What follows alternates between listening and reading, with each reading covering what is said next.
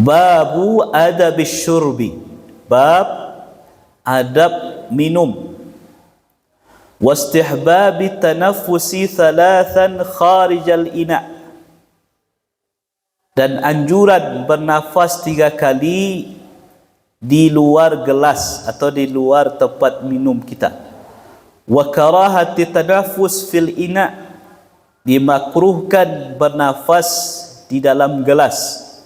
Wastihbabi idaratil ina'i 'ala al-ayman fal ayman ba'da al-mubtada', dan dianjurkan mengedarkan gelas itu dari arah kanan kemudian ke arah kanan dari orang yang pertama. Ada 5 buah hadis yang dinukil oleh Imam Nawawi. Kita baca dulu ya. An Anas radhiyallahu anhu anna Rasulullah sallallahu alaihi wasallam kana yatanaffasu fi syarabi thalathan. Muttafaqun alaih, yakni yatanaffasu kharijal ina. Dari Anas, semoga Allah meridainya, bahwasanya Rasulullah sallallahu alaihi wasallam beliau bernafas ketika minum itu 3 kali. Artinya bernafas di luar gelas. Wa an Ibn Abbas radhiyallahu anhuma qala Rasulullah sallallahu alaihi wasallam la tashrabu wahidan ka syurbil ba'ir walakin ishrabu mathna wa thulatha wasammu idza antum syaribtum wahmadu idza antum rafa'tum. Rawahu Tirmidzi wa qala hadithun hasan.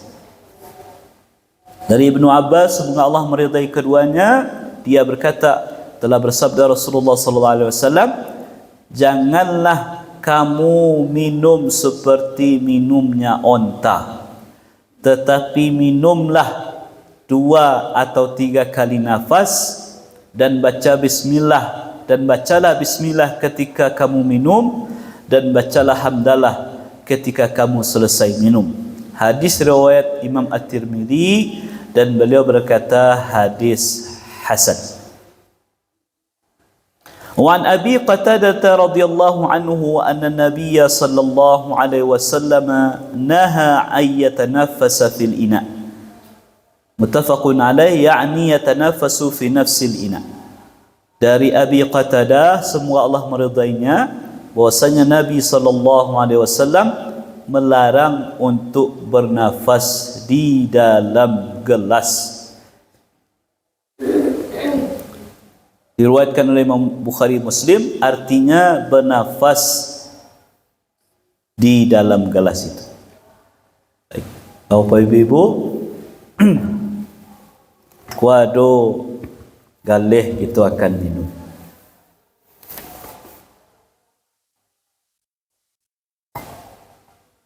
Ada orang minum sagaleh banono habisan. Iyo banono baso tu beladang.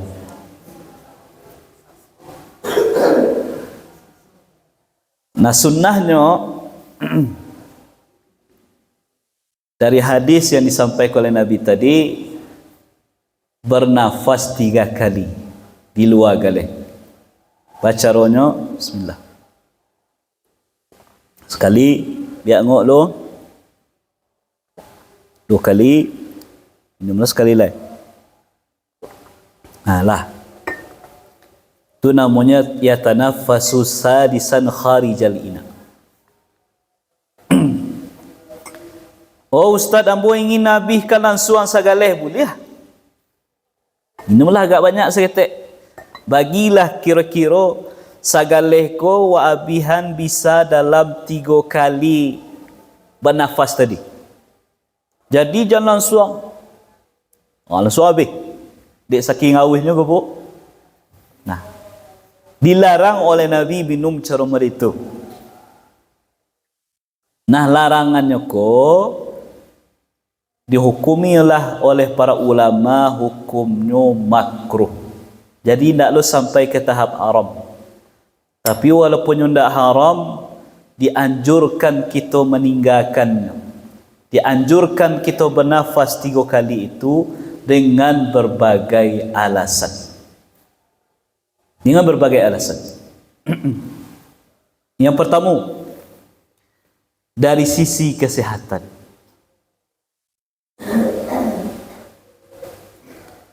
Dari sisi kesehatan, orang yang minum langsung sekali habis itu takutnya nanti akan tercakik berbahaya untuk dirinya.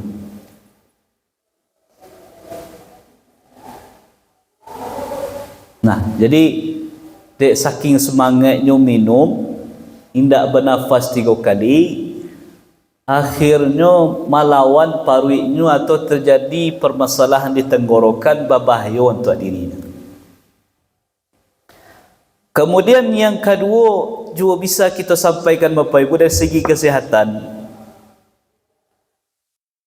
Hidung awakku banyak mengandung bakteri, mengandung virus-virus yang berbahaya. Makanya tidak heran ketika awak bersin, yang dianjurkan membacanya, Bu, Alhamdulillah. Orang yang mendengar, yarhamukallah. Orang yang bersin mendoakan, yahdikumullah wa yuslihu balakum. Nah, pertanyaannya, ba'a kok ketika bersin kok dibaca hamdallah? Karena ketika bersin itu Bapak Ibu menandakan di saat itu keluarnya, terjadi proses keluarnya virus-virus yang berbahaya dari hidung awak atau dari mulut kita atau kedua-duanya.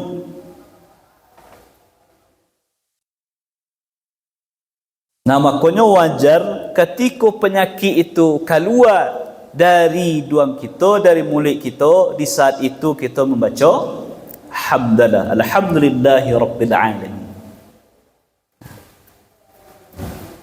Nah, orang yang jalan Bapak Ibu keluarnya tu banyak mengandung virus. Nah, ketika awak minum tidak dengan 3 kali nafas itu, hanya dengan 1 nafas, maka di saat awak minum dengan 1 nafas itu, udara dari hidung tu masuk tak ke dalam? Tak masuk? Masuknya. Khawatirnya nanti ada virus-virus yang ada di hidung kau masuk ke dalam galih, kemudian mengotori, memberikan penyakit kepada air minum dan kita minum, akhirnya air tadi tidak memberikan manfaat, malah mudarat kepada awak. Dek masuknya virus-virus yang tak kita sadari. Nah, ternyata Bapak Ibu, Nabi mempraktikkan adab-adabku, ada hikmahnya sadonya. Walaupun orang-orang dulu alun tahu lah, kerana ilmu kesehatan itu alun semaju kini lah. Tetapi Nabi lah perintahkan itu, perintahkan menafas 3 kali, larang untuk bernafas sekali saja. Nah, sahabat tidak berfikir panjang, bahawa aku harus mereka. Tapi mereka mencari Nabi mempraktikkan itu, menyuruh itu, maka mereka praktikkan. Ternyata dengan majunya ilmu kesehatan ditelitilah, bahawa Nabi Muhammad menyuruh mereka. Oh, ternyata hikmahnya, ternyata mereka. Masya Allah. Nah, jadi kau ada di antara awak yang punya kebiasaan minum, sekali minum habis itu, perbaiki cara minum awak supaya lebih sesuai dengan sunnah Nabi, dan itu pun berefek berkaitan dengan kesehatan diri kita juga.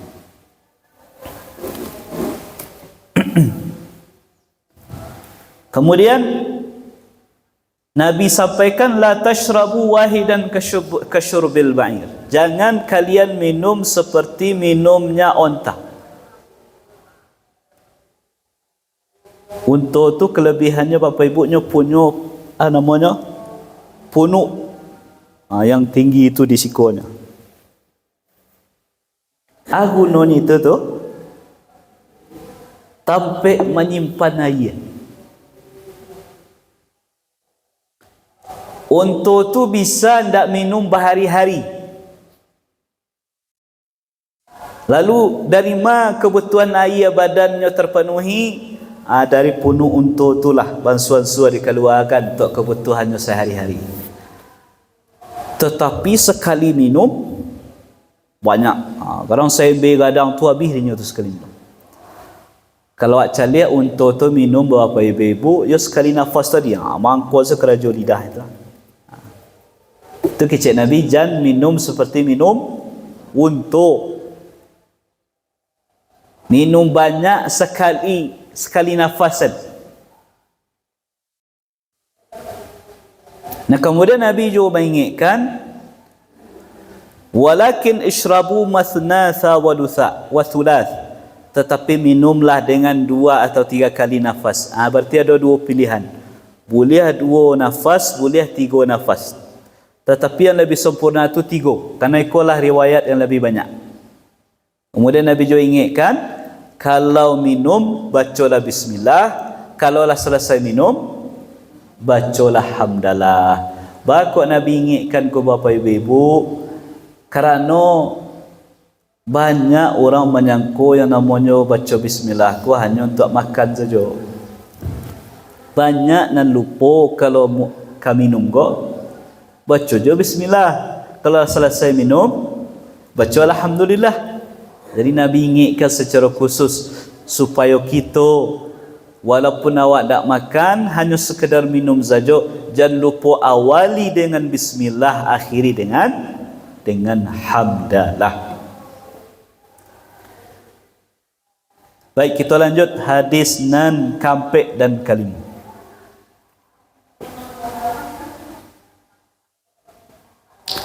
Wa an Anas radhiyallahu anhu anna Rasulullah sallallahu alaihi wasallam utiya bi labanin qad shiba bima'in wa an yaminihi a'rabi wa an yasarihi Abu Bakr radhiyallahu anhu. فشرب ثم أعطى الأعرابي وقال الأيمن فالأيمن متفق عليه قوله شيبا أي خلط. Dari Anas bin Malik, semoga Allah meridainya, bahwasanya Rasulullah sallallahu alaihi wasallam dihidangkan kepada beliau susu yang dicampur dengan air. Di sebelah kanan beliau ada orang Arab Badui, di sebelah kiri beliau ada Abu Bakar radhiyallahu anhu. Kemudian beliau pun minum. Kemudian beliau berikanlah kepada orang Badui yang ada di sebelah kanan beliau. Kemudian beliau bersabda, dari kanan ke kanan.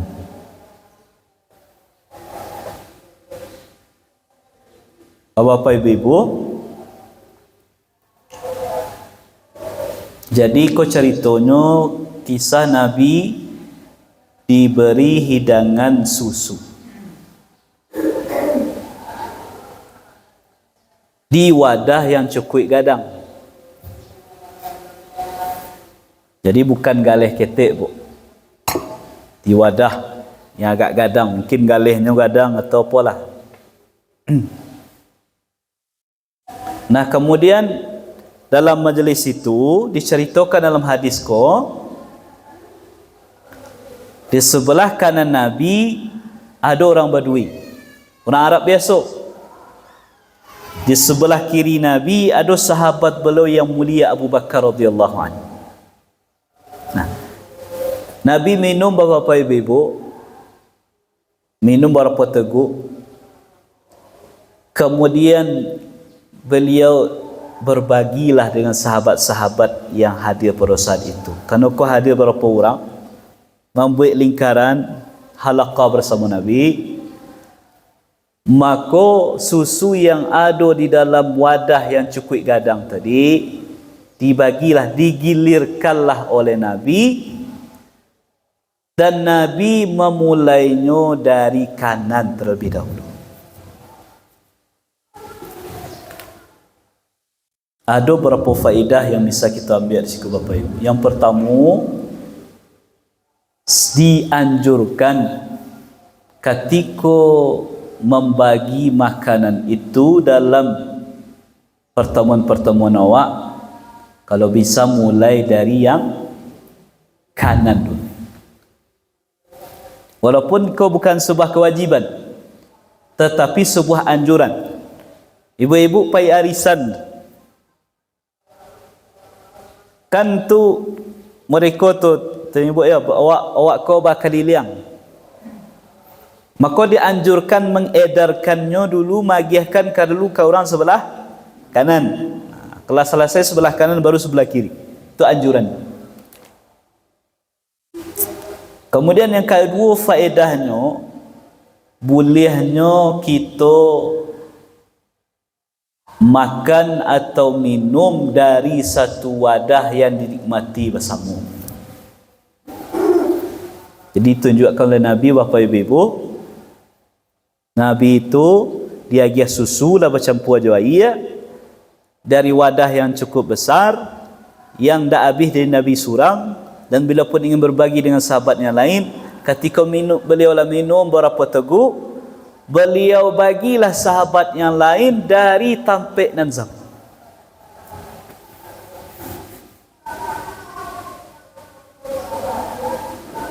Nah, mungkin bagi sebagian orang kini kau dianggap menjijikkan. Tetapi Nabi ingin menunjukkan sesuatu yang dianggap orang menjijikkan kini itu sesuatu yang tidak terlarang untuk dilakukan.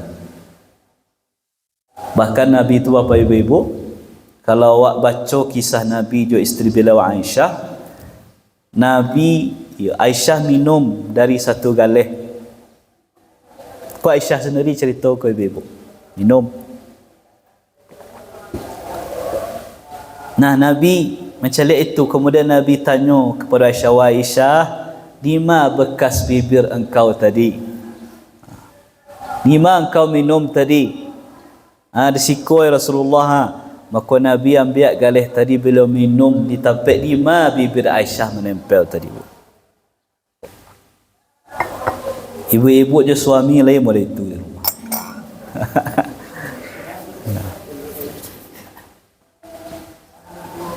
Menunjukkan pertama itu hal yang dibolehkan, tak berbahaya, kecuali ada orang yang jaleh-jaleh, yang mohon maaf ada penyakit dalam dirinya yang menular, tentu awak batasi. Tapi kalau dalam keadaan normal, badan sehat-sehat saja, tak ada yang sakit, Nabi sendiri melakukan, dan itu menunjukkan sisi romantisme Nabi dengan isteri beliau Aisyah. Nah, jadi Nabi mengajarkan kepada awak mulai edarkan ke kanan, walaupun yang duduk di kiri ko secara kedudukan lebih tinggi. Nabi duduk sebelah kanan beliau orang Badui, orang Arab biasa saja. Sebelah kiri beliau sahabat beliau yang paling utama Abu Bakar. Tapi di Abu Bakar duduknya sebelah kiri, beliau dahulukan siapa? Yang sebelah kanan.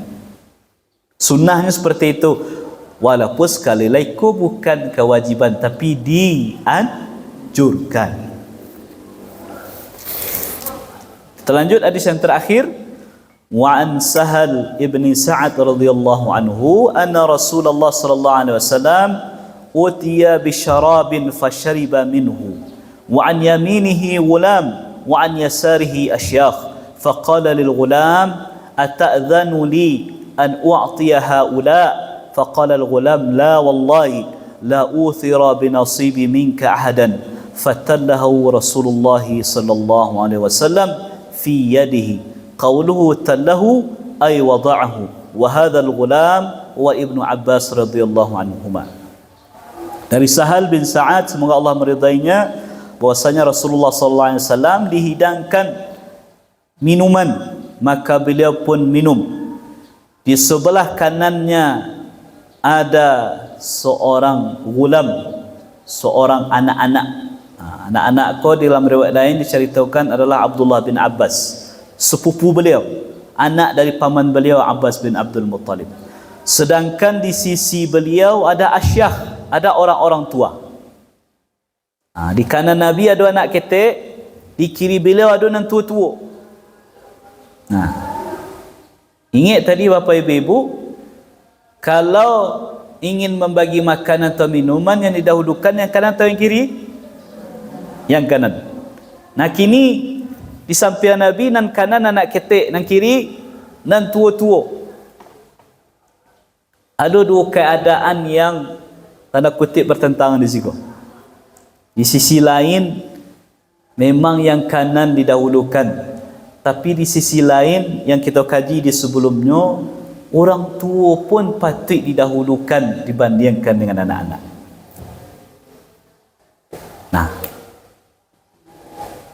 Nah sejatinya Bapak Ibu, awak cari bahas sikap yang diambil oleh Nabi. Apakah langsung sebeliau bagi kanan tua? Tidak. Kecik Nabi faqala lil ghulam, maka Nabi bertanyalah kepada anakku, iaitu sepupu beliau Abdullah bin Abbas yang masih anak-anak saat itu, ata'dhanu li an u'tiya haula? Wahai Abdullah bin Abbas, apakah engkau izinkan aku untuk memberikan minuman ini terlebih dahulu kepada mereka, iaitu kepada orang tua-tua gua? Lagi boleh, kerana sejatinya yang paling berhak engkau dulu, tapi kode orang tua kau lagi boleh tak ambo agihkan dulu kepada mereka sebelum engkau.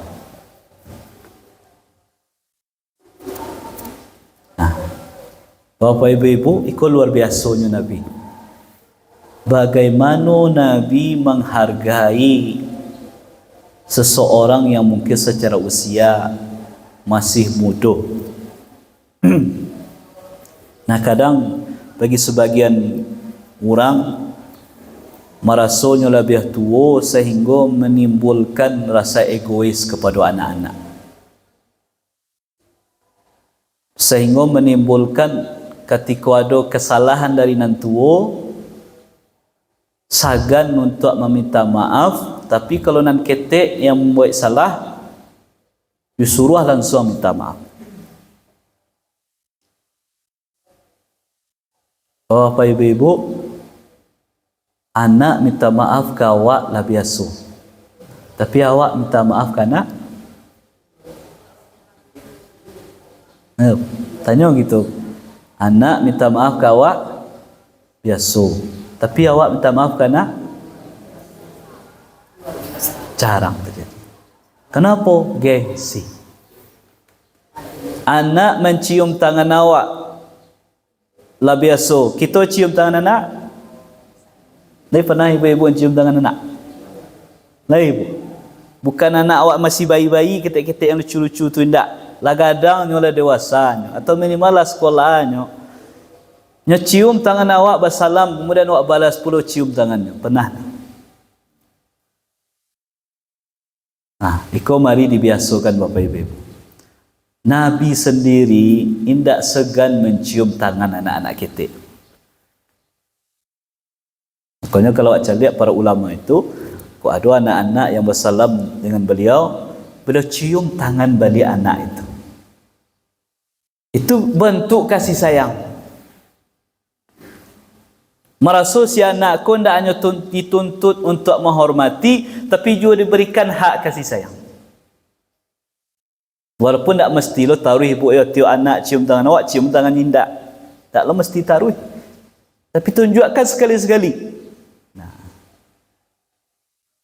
Atau seperti yang di awal tadi kita katakan, ketika si anak salahnya, kita tutup minta maaf. Ketika awak salah je anak, awak minta maaf ke anak. Nah, kadang ego tadi dari awak nan merasa usia lebih senior, lebih tua, merasa gengsi untuk minta maaf kepada orang yang usianya di bawah kita, apalagi itu adalah anak-anak kita sendiri. Maka hilangkan gengsi, kerana awak pun pasti pernah berbuat salah ke anak-anak kita. Makanya dalam cerita-cerita Bapak Ibu, ada hal yang menarik. Salah satu yang akan melunakkan hati seorang anak itu ketika ada masalah di orang gaibnya adalah Ketika berdengar kata-kata mereka, nak mohon maaf ibu ya, maafkan ayah ya, maafkan ibu. Mungkin engkau dek modeko dek salah kami juga. Kau ada salah kami, salah ayah, salah ibu, tolong kau maafkan. Dan salah engkau kamilah maafkan dahulu. Bayangkan ibu, kok keluar kalimat itu dari ayah, dari seorang ibu, si anak tak akan tersentuh dengannya. Tapi para orang gaib yang lain namun merendahkan hatinya untuk mengucapkan kalimat itu ke anak-anak. Sehingga hubungan kok buruk setarui. Tak pakai elok setarui. Kenapa? Gengsi. Maka hargai anak-anak awak. Walaupun dari segi usianya masih ketik, dari segi pemikirannya nyalon dewasa seperti itu, tetap hargai, tetap minta pendapatnya. Jadi Nabi minta bertanya kepada Abdullah bin Abbas, wahai Abdullah bin Abbas, boleh hendak ambo agiahkan kau minuman kanan tua-tua di sebelah kiri? Kata Ibnu Abbas, faqala al-ghulam, la wallahi. Indak ya Rasulullah demi Allah. Tak mau Abdullah bin Abbas bu. Tapi apakah ikut sikap lancang seorang anak ke orang gaib? Indak. Beliau punya alasan, la uthira bi nasibi minka ahadan, wahai Rasulullah, saya tidak akan mendahulukan orang lain dari bahagianku darimu wahai Rasulullah. Artinya Bapak Ibu, yang bersumber dari Nabi itu, walaupun bekas minuman beliau sekalipun, adalah sesuatu yang memberi keberkahan kepada orang yang mendapatkannya. Abdullah bin Abbas tidak namuh mendahulukan yang tua-tua. Pertama, kerana memangnya berhaknya di sebelah kanan. Yang kedua, inyo tidak ingin kehilangan mendapatkan keberkahan dari sisa minum Nabi. Tetapi kau berlaku tak untuk yang lain-lain? Sebagian orang mengakui itu berlaku, artinya bekas minuman orang-orang saleh, orang-orang yang taat kepada Allah, itu kalau diminum lo dari awak, magiah berkah untuk itu. Makanya kita cari di sebagian-sebagian pondok pesantren itu ko ada kiainya minum bu. Ko segala ia minum kiainya agak sakit kasih sotu. Lah selesai kiainya mengaji lah pulang lah pai barabi lah santrinya memperabian minum kiai. Karena meyakini ada keberkahan di situ. Boleh tak itu dilakukan? Boleh saja asalkan tak berlebihan. Ada yang berlebihan. Berlebihan, mau pernah dengar kisah Bapak Ibu sampai ke cuci tangan gurunya minum. Bayangkan. Yang lebih ekstrim lain sampai ke bakeh cucian kaki gurunya. Mungkin agak berlebihan. Tapi kalau sisa minum, bisa jadilah bisa kita ambil berkah di situ. Nah jadi Iko menunjukkan beberapa adab yang bisa kita ambil dan amalkan dalam kehidupan awak. Yang pertama, mari kita berbagi makanan. Dalam momen-momen tertentu, apalagi dalam banyak acara, sejatinya makanan satu orang itu bisa cukup untuk dua orang, makan dua orang bisa cukup untuk 4 orang dan seterusnya. Kemudian selanjutnya dianjurkan kita ketika minum tu bernafas 2 kali atau 3 kali, dan dimakruhkan hanya minum dalam 1 kali nafas kerana akan memunculkan mudarat kepada diri kita. Kemudian ketika minum, jangan lupa sebelum membaca bismillah, selesai minum jangan lupa baca hamdalah. Kemudian yang terakhir, ketika dalam satu majlis ada makanan atau minuman yang akan digilirkan atau dibagikan, dianjurkan membagikan nan ke sebelah kanan terlebih dahulu. Nah, itu yang bisa kita kaji. Di sebuah hari kini ada 7 hadis, 2 bab dan 7 hadis yang kita kaji masih berkaitan dengan adab makan dan minum. Nah, mohon maaf atas segala kekurangan. Terima kasih atas segala perhatian. Mudah-mudahan dalam 1 atau 2 kali pertemuan pembahasan tentang adab makan dan minum bisa kita selesaikan. Kemudian lanjut selanjutnya ke adab berpakaian. Jadi masih berhubungan dengan hal-hal yang berkaitan dengan kehidupan kita sehari-hari. Mudah-mudahan adab-adabnya bisa kita perhatikan dengan sebaik-baiknya. Wabillahi taufiq wal hidayah. Assalamualaikum warahmatullahi wabarakatuh. Mengenai bersih, buat sedang itu bukan salat. Boleh baca alhamdulillah. Babu? Pak sedang bersin kan, mengenai bersin tadi kan bersin sekali. Baca alhamdulillah. Sedang salat. Di dalam salat tidak. Dalam salat tidak. Karena dalam salat itu yang dimaksud dengan salat itu kan perkataan, perbuatan khusus. Jadi bacaannya khusus, gerakannya khusus, yang diawali dengan takbiratul ihram, diakhiri dengan salam. Maka ketika berada dalam kondisi salat bersinawak, maka tidak dianjurkan membaca hamdalah. Atau ada orang bersin, kita yang mendengar tidaklah mendoakan dengan harmukallah, cukup diam saja. Kerana tidak seluruh kondisi memungkinkan kita melakukan itu. Sama lah ibu, kalau ada orang yang mengucapkan salam ke awak di waktu yang normal, wajib tak dijawab salam? Wajib. Tapi ada orang yang mengucapkan salam tapi awak dalam WC. Orang tak tahu, yang ucapkan salam terangkan dia awak. Kalau dalam keadaan normal, walaupun tak nampak wajahnya, tapi terangkan yang mengucapkan salam, kan wajib dijawab bu. Tapi kebetulan awak sedang di WC buang hajat, tak boleh jawab. Jadi dalam kondisi solat tidak dibaca. Yang dibaca hanya yang berkaitan dengan bacaan-bacaan solat saja atau doa-doa pendukung. Baik, ada lagi ibu? Baik. Nah, itu mungkin, mohon maaf, insya-Allah kita lanjutkan di pertemuan berikutnya insya-Allah. Assalamualaikum warahmatullahi wabarakatuh.